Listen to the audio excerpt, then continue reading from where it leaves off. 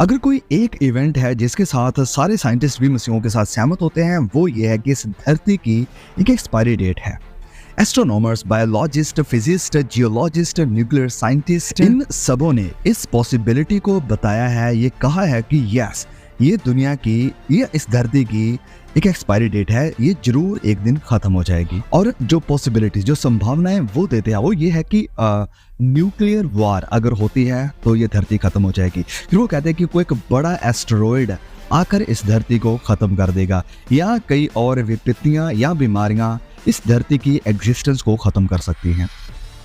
और फिर वो बताते हैं क्लाइमेट चेंज, पानी का कम होना या फैमिन, भूख हड़ताल के कारण भी इस धरती के ऊपर रहना मुश्किल हो जाएगा, यानी असंभव ही हो जाएगा। और ये जो पॉसिबिलिटीज दी जा रही हैं साइंटिस्ट के द्वारा, ये सच भी है, क्योंकि देश जैसे कि Iran, China, North Korea, Russia, इन सबों ने अनाउंस किया है और कहा है कि हमारे पास बड़े भयानक न्यूक्लियर हथियार हैं। और साल 2016 में जब बराक ओबामा अमेरिका के राष्ट्रपति थे, तो उन्होंने कहा था कि हमारा, यानी अमेरिका का अगला मिशन है कि मार्स के ऊपर जाकर, मंगल ग्रह के ऊपर जाकर जिंदगी को खोजना और वहां पर रहने की पॉसिबिलिटी को पाना।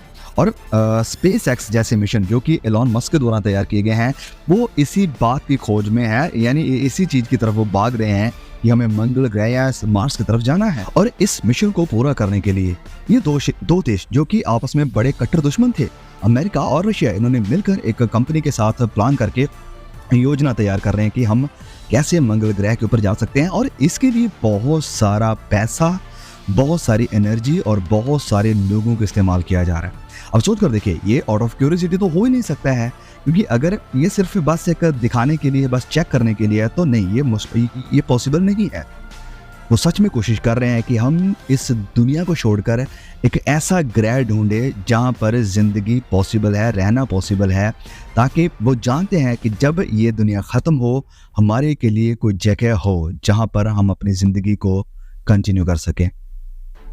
एलोन मस्क, जो कि खुद इस मिशन में बड़े ही इंटरेस्टेड हैं और बड़ा कोशिश कर रहे हैं मार्स तक जाने के लिए, वो खुद कहते हैं कि इंसान जाति को अगर हमें प्रिजर्व करके रखना है, बचा कर रखना है, तो मंगल ग्रह पर जाना हमारे लिए बहुत ही ज़रूरी है, ताकि वहाँ पर हम जिंदगी को, ह्यूमन जाति को कंटिन्यू रख सकें।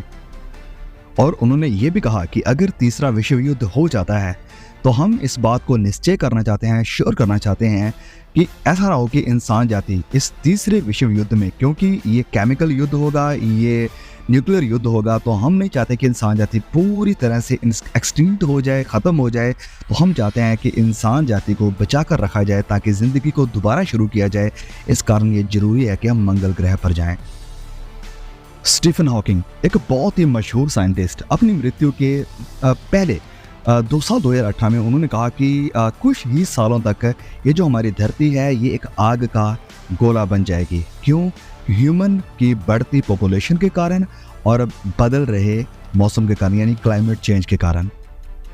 और आज मॉडर्न साइंटिस्ट इस बात के ऊपर मोहर लगाते हैं और वो कहते हैं कि सिर्फ यही कारण नहीं है, और भी बहुत सारे कारण हैं जिससे हम पता लगा सकते हैं, देख सकते हैं कि इस दुनिया की, इस धरती की एक्सपायरी डेट बहुत नज़दीक है, जितना कि सोचा भी नहीं गया था।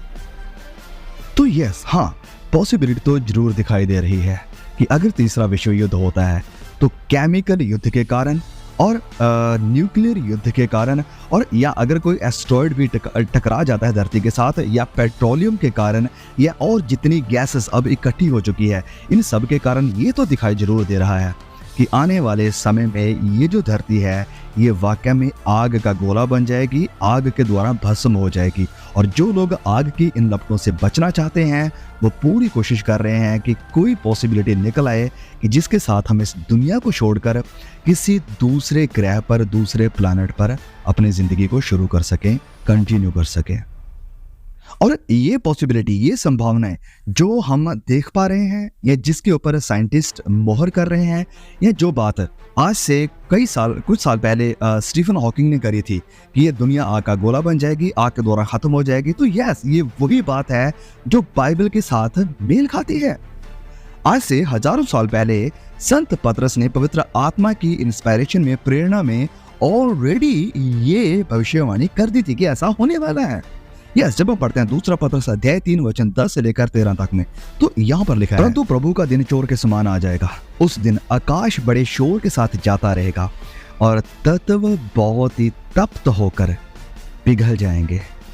तत्व यानी सारी चीजें पिघल जाएंगी और पृथ्वी और उसके कामों का न्याय होगा। तो जबकि ये सब वस्तुएं इस रीति से पिघलने वाली हैं, तो तुम्हें पवित्र चाल चलन और भक्ति में कैसे मनुष्य होना चाहिए और परमेश्वर के उस दिन की परीक्षा किस रीति से करनी चाहिए और उसके जल्द आने के लिए कैसा यत्न करना चाहिए, जिसके कारण आकाश आग से पिघल जाएंगे, आकाश भी, और आकाश के गण बहुत ही तप्त होकर गल जाएंगे। पर उसकी प्रतिज्ञा के अनुसार हम एक नए आकाश और नई पृथ्वी की आस देखते हैं जिनमें धार्मिकता वास करती है। तो यस, हाँ, एक बात तो है कि साइंटिस्ट आज के जो विज्ञान है वो इस बात के ऊपर तो सहमत है कि ये धरती का फ्यूचर खत्म होने वाला है, खतरनाक है, आग के साथ खत्म होने वाला है। लेकिन वो एक बात को नहीं जानते हैं कि ना सिर्फ पृथ्वी वरन आकाश यानी जो भी और ग्रह हैं, जो भी और तारे हैं, सारी कायनात इसी तरह से खत्म होने वाली है, पिघल जाने वाली है। सारे सैटेलाइट डिस्ट्रॉयड हो जाएंगे, खत्म हो जाएंगे। तो हाँ, ये तो सच्चाई है कि ये जो धरती है इसकी एक्सपायरी डेट है और ये जल्द ही भस्म होने वाली है, खत्म होने वाली है। लेकिन इससे बचा कैसे जाए? तो साइंटिस्ट बता रहे हैं कि हम एक दूसरा ग्रह ढूंढ लेंगे जहां पर जिंदगी को हम चालू रख सकेंगे। और कई लोग तो अंडरग्राउंड बंकर भी बना रहे हैं। जैसे कुछ महीने पहले हमने वीडियो बनाया था जहां पर वो सोच रहे हैं कि हम धरती के नीचे चले जाएंगे बंकर्स में, ताकि हम बच जाए आने वाली सारी विपत्तियों से। लेकिन ना तो वो बंकर्स सही जगह है और ना ही मंगल ग्रह के ऊपर जाना, क्योंकि जैसे हमने वचन में पढ़ा कि ये सब चीजें भस्म हो जाएंगी, पिघल जाएंगी, खत्म हो जाएंगी। तो कौन सी जगह सुरक्षित है जहां पर हम अपनी जिंदगी को कंटिन्यू कर सकते हैं? वेल, वो जगह है नई धरती, नया आकाश, जैसे इस वचन में भविष्यवाणी किया गया है। और प्रभु यीशु ने ये जगह हमारे लिए तैयार भी करी है और हमारे साथ वायदा भी किया है कि जहां मैं हूं, मैं चाहता हूं कि वहां तुम भी रहो। और इसकी भविष्यवाणी प्रकाशित वाक्य में भी हमें देखने को मिलती है, बाइबल की आखिरी किताब उसके अध्याय 21 में, कि फिर मैंने नए आकाश नई पृथ्वी को देखा, क्योंकि जो पहला आकाश और पहली पृथ्वी थी वह जाती रही थी और समुद्र भी ना रहे। फिर मैंने पवित्र नगर नए यरूशलेम को स्वर्ग से परमेश्वर के पास उतरते हुए देखा, और वह उस दुल्हन की तरह, दुल्हन के समान थी जो अपने दुल्हे के लिए श्रृंगार किए हुए हो। फिर मैंने सिंहासन में से किसी को ऊंचे शब्द से ये कहते हुए सुना, देख, परमेश्वर का डेरा मनुष्यों के बीच में है, वह उनके साथ डेरा करेगा और वह उसके लोग होंगे, और परमेश्वर आप उनके साथ रहेगा और उनका परमेश्वर होगा, और वह उनकी आंखों से सारे आंसुओं को पोंछ डालेगा, और इसके बाद मृत्यु ना रहेगी, ना शोक, ना विलाप, ना पीड़ा, ना पहली बातें सारी जो है वो जाती रहेगी। और जो सिंहासन पर बैठा था उसने कहा, मैं सब कुछ नया कर देता हूँ, मैं सब कुछ नया कर देता हूँ। फिर उसने कहा, लिख ले, क्योंकि ये वचन विश्वास योग्य और सत्य है। ये वचन सत्य है। तो जैसे कि आज कई लोग सोचते हैं, आपको किसी स्पेस एजेंसी का हिस्सा बनने की जरूरत नहीं है आने वाली विपत्तियों से बचने के लिए, और ना ही आपको किसी बड़े करोड़पति के साथ रिश्तेदारी या दोस्ती रखने की जरूरत है ताकि वो आपको इस मंगल ग्रह पर या किसी और ग्रह पर या बंकर्स में ले जाए। आपको करना क्या है? आपको अगर रिश्तेदारी रखनी है, अगर आपको किसी का दोस्त बनना है, तो आपको दोस्त बनना चाहिए मसीह यीशु का। अपनी जिंदगी उसे देनी चाहिए, क्योंकि ना तो कोई स्पेस एजेंसी ना कोई रॉकेट आपको बचाएगा। अगर आपको बचा सकता है तो वो है मसीह यीशु का शुद्ध और पाक लहू, जो आपके गुनाहों के लिए बहाया गया क्रूस के ऊपर, जब खुदा का बेटा कुर्बान हुआ आपकी जगह पर, मेरी जगह पर।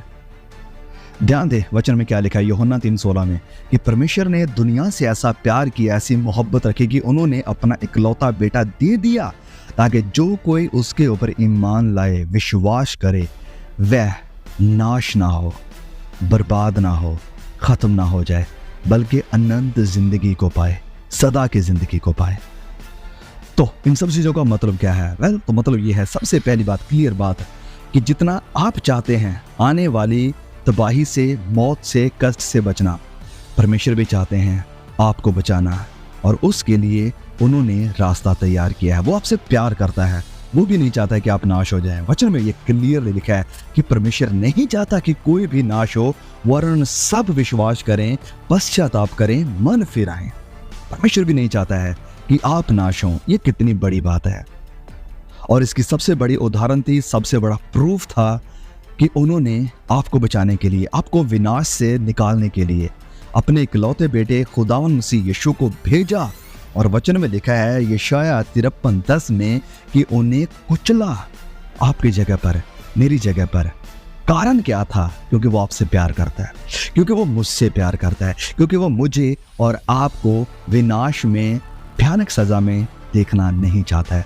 वो हमें बचाना चाहता है। यही कारण था कि उन्होंने ये सब कुछ होने दिया। ओके, तो ये थी पहली बात है कि परमेश्वर को हमारी फिक्र हमसे भी ज्यादा है और वो हमसे प्यार करता है। दूसरी बात है, हम सब गुनहगार हैं और परमेश्वर से दूर थे। हम सब पापी और प्रभु से दूर थे अपने गुनाहों, अपने पापों के कारण।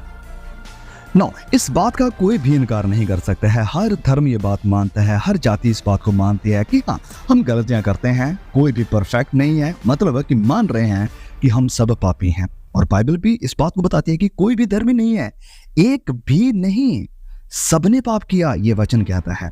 और अगर कोई कहे कि मेरी जिंदगी ज्यादातर शुद्ध है, लेकिन कभी कभी एक आध पाप हो जाता है, तो ओके, ये चलता है। लेकिन नहीं, वचन कहता है कि ये भी नहीं चलता है। क्यों नहीं चलता है?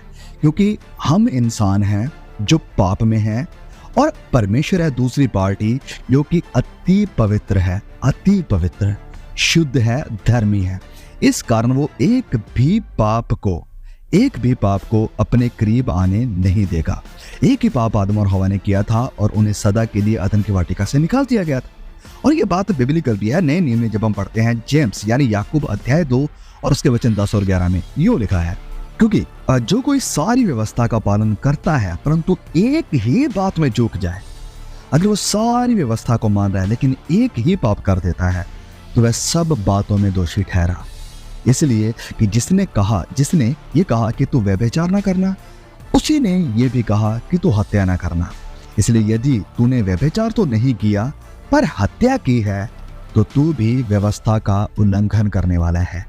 एक पाप करके तू सारी व्यवस्था को तोड़ने वाला है। तो देखें, सोचिए जरा इस बात के बारे में कि हम वो इंसान हैं जो पाप करना बंद ही नहीं कर सकते और हमारा एक पाप काफी है हमें दोषी ठहराने के लिए। हमारा एक पाप काफी है हमें सजा में लेकर जाने के लिए। दिन प्रतिदिन के हमारे काम में हम झूठ बोलते हैं, चोरी करते हैं, फरेब करते हैं, आंखों के द्वारा गंदे काम करते हैं। तो सोच कर देखें कि कहाँ है हमारे पाप का छुटकारा, कहाँ मिलेगी हमें जिंदगी, कैसे होगा हमारा बचाव। तो यस, जब सब कुछ हमें खोया खोया नजर आता है, जब उम्मीदों पर पानी फिरा नजर आता है, तभी परमेश्वर हमारे लिए उम्मीद की रोशनी जलाते हैं और वो रोशनी है मसीह यीशु। Jesus is only way, only provision for our sin. वही है जो हमारे पाप का समाधान करते हैं। सो मेरे प्रिय भाई और बहनों, जैसे हमने वचनों में देखा कि सब पापी हैं, कोई भी धर्मी नहीं है, एक भी नहीं है, सब ने पाप किया है। जैसे हमने पढ़ा कि अगर हम एक ही पाप करते हैं तो हम सारी व्यवस्था का उल्लंघन करते हैं। तो कौन है जो हमें गुनाह के इस गहरे कुएं से बाहर निकालेगा? Yes, definitely we need a redeemer. हमें एक छुटकारा देने वाले की जरूरत है, एक बचाने वाले की जरूरत है। और अपने बड़े प्यार और बड़ी दया के चलते परमेश्वर ने वो रिडीमर, वो छुटकारा देने वाला, वो उद्धारकर्ता भेजा हमारे लिए। मसीह यीशु आया ताकि हमारी जगह वो खड़ा हो। हमारे सारे पाप की सज़ा को मसीह यीशु ने अपने ऊपर सहन किया, अपने ऊपर झेला। सारी लानत को, सारी दर्द को, परमेश्वर के प्रकोप को खुद के ऊपर झेला। देखें वचन हमें क्या कहता है। रोमियो 5:8 में लिखा है, परंतु परमेश्वर हम पर अपने प्रेम की भलाई इस रीति से प्रकट करता है कि जब हम पापी ही थे, जब मैं और आप पापी ही थे, तभी मसीह हमारे लिए मरा, मेरे लिए मरा, आपके लिए मरा। वचन 10 में आगे लिखा है, बैरी होने की दशा में हम खुदा के बैरी थे, दुश्मन थे, बैरी होने की दशा में उसके पुत्र की मृत्यु के द्वारा, अपने बेटे की कुर्बानी के द्वारा हमारा मेल परमेश्वर के साथ हुआ है। फिर मेल हो जाने पर उसके जीवन के कारण हम उद्धार, छुटकारा, नजात क्यों ना पाएंगे। मसीह यीशु की कुर्बानी सारे हमारे गुनाहों का भुगतान करती है, बिल पे कंप्लीटली करती है, सारी सजा को खत्म करती है। इसीलिए मसीह यीशु ने कहा क्रूस के ऊपर, इट इज फिनिश्ड, पूरा हुआ, सारी कीमत अदा कर दी गई है। और यही यीशु जो मेरे और आपके गुनाहों को क्रूस के ऊपर लेकर मरा, क्योंकि वो सिर्फ इंसान नहीं था, इस कुर्बानी के ऊपर मोहर करने के लिए कि छुटकारा हो गया है, कि कीमत अदा कर दी गई। इसके ऊपर मोहर करने के लिए वो मसीह यीशु तीसरे दिन मुर्दों में से जी भी उठा और पिता के दाहिनी ओर विराजमान है। और अब वो हमारा मीडिएटर है, यानी हमारा बिचौलिया है, हमारे लिए सिफारिश करता है, हमारे लिए दुआ भी करता है। यूहन्ना 3:36 में लिखा है कि जो पुत्र पर विश्वास करता है अनंत जीवन उसका है। जो विश्वास करता है अनंत जीवन उसका है, परंतु जो पुत्र के नहीं मानता, जो नहीं मानता वह जीवन को नहीं देखेगा, परंतु परमेश्वर का क्रोध उसके ऊपर बना रहता है। तो अब आपको क्या करना है? तो वचन बहुत ही क्लियर है। आपको अपने गुनाहों से पश्चाताप करना है, अपने मुंह से अंगीकार करना है कि यीशु खुदा है जो मेरे लिए कुर्बान हुआ, और मसीह यीशु के ऊपर विश्वास करना है। रोमियो अध्याय 10 वचन 9 और 10 में क्यों लिखा है, यदि तो अपने मुंह से यीशु को प्रभु जानकर अंगीकार करे और अपने मन से विश्वास करे, अंगीकार विश्वास कि परमेश्वर ने उसे मरे हुए में से जलाया, तो तू निश्चय उद्धार पाएगा। क्योंकि धार्मिकता के लिए मन से विश्वास किया जाता है और उद्धार के लिए मुंह से अंगीकार किया जाता है। अपने पापों को मानना और अपने मुंह से मसीह यीशु का अंगीकार करना जरूरी है। ओके, तो अगर आप नहीं जानते हैं कि आप पश्चाताप कैसे करें, तो मैं छोटी सी प्रार्थना करूंगा। ये प्रार्थना अपने आप में आपको नहीं बचाएगी, लेकिन अगर आपके दिल से ये प्रार्थना निकलती है, पश्चाताप निकलता है, तो वो आपको बचाएगा।